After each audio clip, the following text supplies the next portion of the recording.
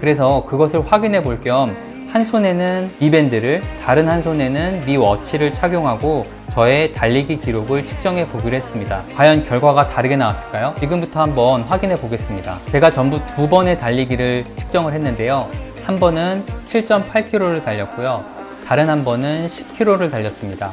그리고 7.8km를 뛸 때는 이 두 개의 시계를 각각의 손목에 찬 다음에 스마트폰을 주머니에 넣고 나갔고요.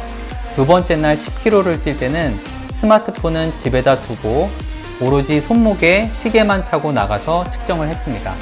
첫째 날 측정 결과를 보면 이 워치에서는 7.8km를 달린 것으로 측정하였고 미 밴드에서는 7.78km를 달린 것으로 측정을 해서 약 30m의 오차가 생겼습니다.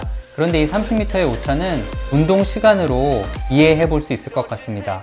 이 워치에서는 41분 42초의 운동 시간을 측정했고 이 밴드에서는 41분 34초의 운동 시간을 측정했습니다. 이 8초의 오차가 있는데요. 이것은 아마도 제가 달리면서 이 시계를 조작하느라고 8초의 오차가 생긴 것으로 이렇게 생각이 됩니다.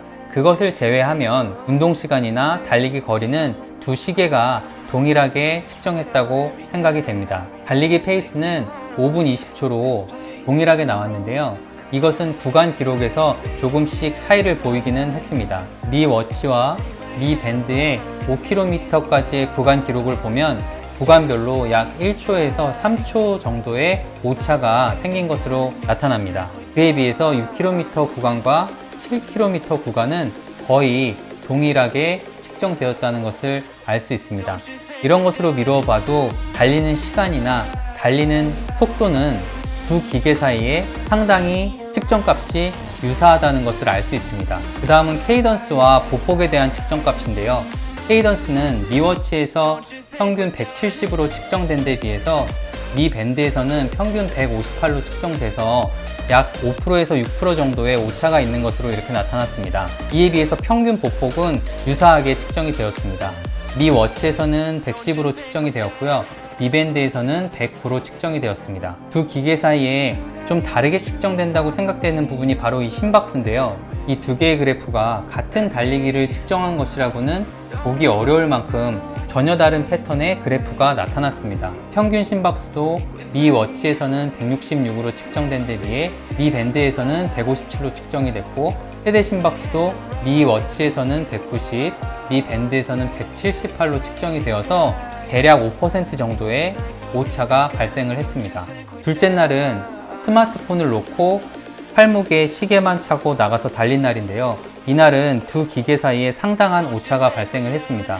미 워치는 시계만 차고 나가도 GPS 기능이 정상적으로 작동하는 반면에 미 밴드는 시계만 차고 나갈 경우에는 GPS 기능이 정상적으로 작동하지 않는 것으로 보입니다. 이것은 제가 설정을 잘못하거나 사용법을 잘못 알고 있어서일 수도 있는데요. 만약에 그런 것이라면 댓글로 저의 실수를 바로 잡아주시면 감사하겠습니다. 측정 결과를 보시면 미 워치는 10km를 측정한 반면에 미 밴드는 8.18km만을 측정을 해서 무려 약 20%의 오차가 발생을 했습니다.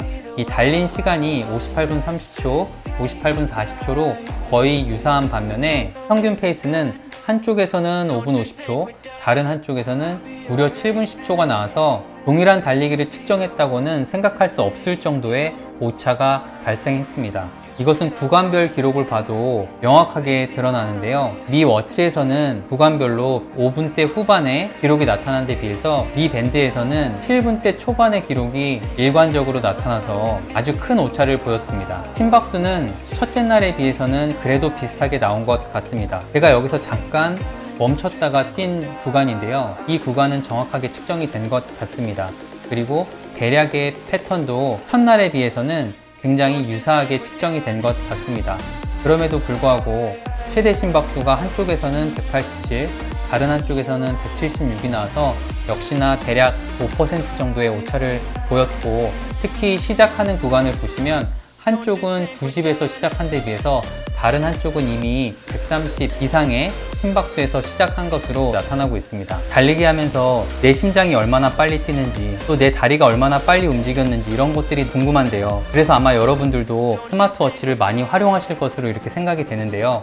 실제로 스마트워치들을 비교해 보니까 측정값에서 상당한 오차를 보였습니다. 제가 이렇게 두 가지 시계를 비교 측정해 보고 나서 느낀 것은 GPS 기능을 통해서 측정하는 달리기 거리나 달리기 속도는 상당히 신뢰할 만한 값을 얻을 수 있지만 그 이외에 심박수라던가 케이던스라던가 보폭 등은 그저 대략적인 참고 자료로 볼 수 있을 정도지 신뢰할 만한 값을 준다고는 생각하기 어려울 것 같습니다. 또 저처럼 취미로 달리는 입장에서는 너무 기록에 신경 쓰기보다는 그저 대략적인 성과를 파악하는 정도로 활용하면 좋지 않을까 이런 생각이 들었습니다. 그럼 언제나 즐거운 달리기 하시고 다음에 또 다른 얘기로 돌아오겠습니다.